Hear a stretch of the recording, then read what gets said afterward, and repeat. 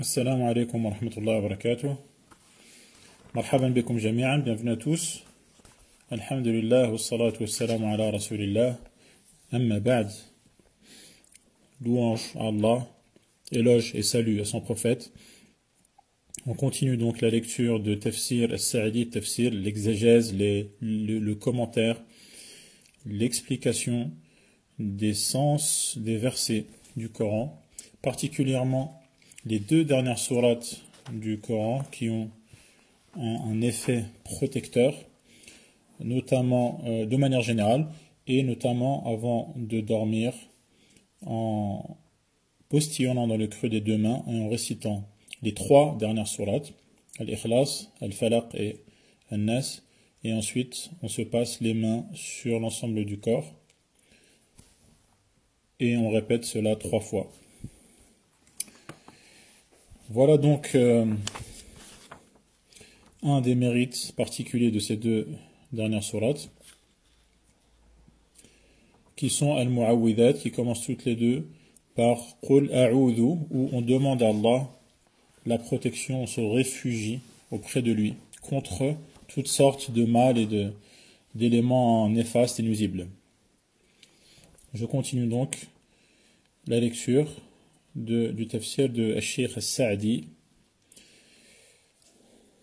Qul a'udhu bi rabbil falaq. Donc j'insiste sur l'importance de bien prononcer le zal dans a'udhu en mettant le bout de la langue sur le bout des incisives supérieures, les dents d'en haut qui sont au milieu, donc les incisives, pour bien faire un zal et non pas un del qui ressemble au D en français. Donc, Qul a'udhu bi rabbi al-falaq. Al-Cheikh al-Sa'di, qu'Allah ait pitié de lui, nous explique Qul muta'awwidan. Donc, c'est un ordre ici de dire, mais de dire avec l'intention de se réfugier et d'obtenir la protection. C'est le sens de a'udhu. Ay alja'u wa aludhu wa a'tasimu. Donc, je me réfugie. Je recherche la protection, je recherche donc à être mis à l'abri bi Rabbi al-Falaq, auprès de Rabb al-Falaq, le Seigneur, le souverain absolu, qui a pour action, qui montre l'étendue de son pouvoir et qui montre sa majesté, qu'il fend. Qu'est-ce qu'il fend? Notamment al-hab wa al-nawa, comme cela est explicité dans un autre verset. Inna Allaha faliqul habbi wa al-nawa. C'est lui qui fend le grain et le noyau. Qui a le pouvoir et la force et la capacité de fendre un grain inerte, inanimé, et d'en faire sortir une plante, un légume ou autre sorte de végétation, de végétal qui vit, qui se développe, qui nous donne des fruits. Même chose pour les noyaux. Qui d'autre qu'Allah est capable de le faire? Donc cela montre sa puissance. Allah également fend wa faliqul isbah. C'est lui qui fend la nuit pour en extirper, pour laisser se développer le jour, la lumière du jour. Celui qui a la force, le seul à avoir le pouvoir de réaliser cela est Allah. Donc c'est le sens de Rabb al-Falaq. Et on ne sera protégé qu'en se réfugiant auprès de lui.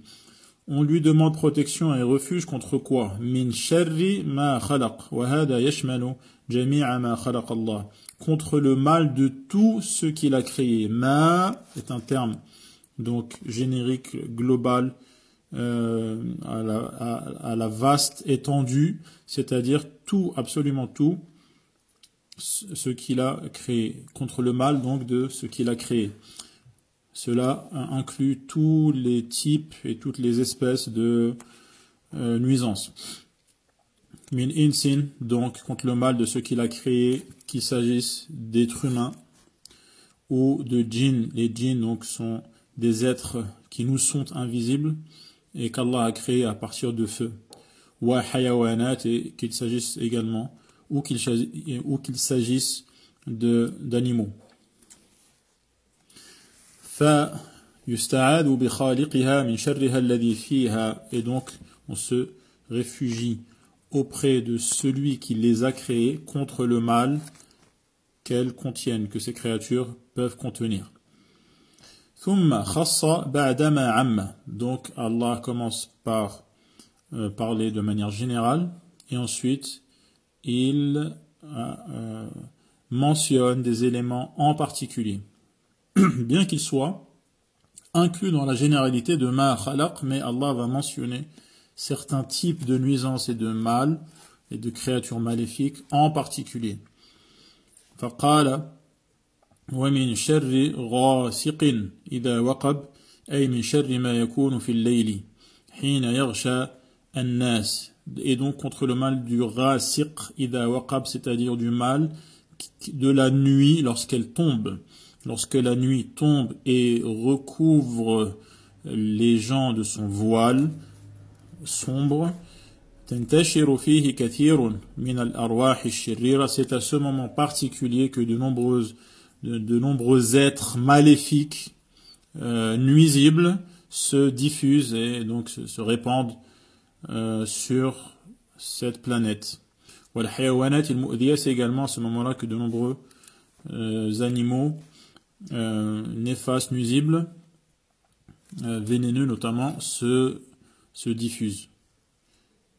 ومن شر النفاثات في العقد, et également contre le mal, min sharri an-naffathat, ce sont celles qui postillonnent. Il s'agit wa min sharri as-sawahiri allati yasta'inna ala sihrihinna bin nafthi. Donc il s'agit des sorcières qui, afin de concrétiser leur sorcellerie, les sorts qu'elles jettent, elles postillonnent dans quoi? Fil uqadi, dans les nœuds qu'elles font. Donc elles font des nœuds d'une manière qui leur est propre, qu'elles connaissent, et afin donc d'atteindre leur but, elles postillonnent dans ces nœuds-là, qui sont donc une forme de sorcellerie, de magie. Wa min sharri hasidin idha hasad, et également on demande à Allah de nous protéger du mal des envieux, des jaloux, particulièrement au moment où la jalousie donc les anime et habite leur cœur. Idha hasad. والحاسد هو الذي يحب زوال النعمة عن المحسود. Al-hasid, l'envieux, le jaloux, c'est celui qui aimerait que les bienfaits dont jouit quelqu'un, dont profite quelqu'un, dans lesquels baigne quelqu'un, eh ben cet envieux, il aimerait que cela disparaisse, que cela n'ait plus lieu. Et donc que cette personne en particulier soit débarrassée, soit destituée, dépouillée de ce bienfait. Le cheikh mentionne ici, bien sûr, le pire cas de la jalousie. Sinon, de manière générale, les savants mentionnent que le simple fait de détester qu'Allah ait accordé une faveur à quelqu'un, c'est une forme de jalousie interdite. فَيَسْعَى فِي زَوَالِهَا. Et donc ce jaloux, au plus fort de sa jalousie, il déteste et il espère même que cette faveur, que ce bienfait, que ce bonheur que connaît cette autre personne disparaisse, et puisque cela lui consume le cœur et le brûle de l'intérieur, il fera tout pour que effectivement cette personne ne puisse plus continuer à en profiter de cette faveur. Et donc il fera tout, absolument tout, pour que cette personne, donc dont il est jaloux, perde le bénéfice dont il profite, dont il jouit, ou le bienfait, ou le bien matériel, ou autre, matériel ou spirituel.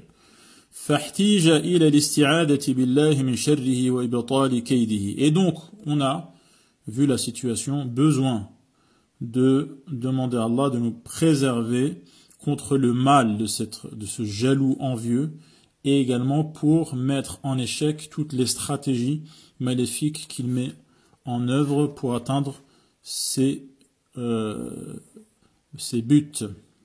ويدخل في الحاسد العاين, et donc le terme hasid inclut al-ayin, celui qui atteint les autres par son mauvais œil, qui leur cause du tort par son mauvais œil, notamment lorsque il exprime ou il exclame son émerveillement par rapport à un bienfait qu'il voit sans mentionner le nom d'Allah. Donc cela est inclus dans le terme hasid, l'envieux et le jaloux. لأنه لا تصدر العين إلا من حاسد شرير الطبع خبيث النفس. Car le mauvais œil, donc le regard qui touche et fait mal et cause du tort, ne peut provenir que d'un jaloux envieux, malsain, et dont le fond est mauvais. Dont le fond est mauvais. Donc cela n'exclut pas ce qui est mentionné dans d'autres textes, à savoir que il est possible d'être atteint du mauvais œil par une personne qui nous aime et qui ne nous souhaite aucun tort.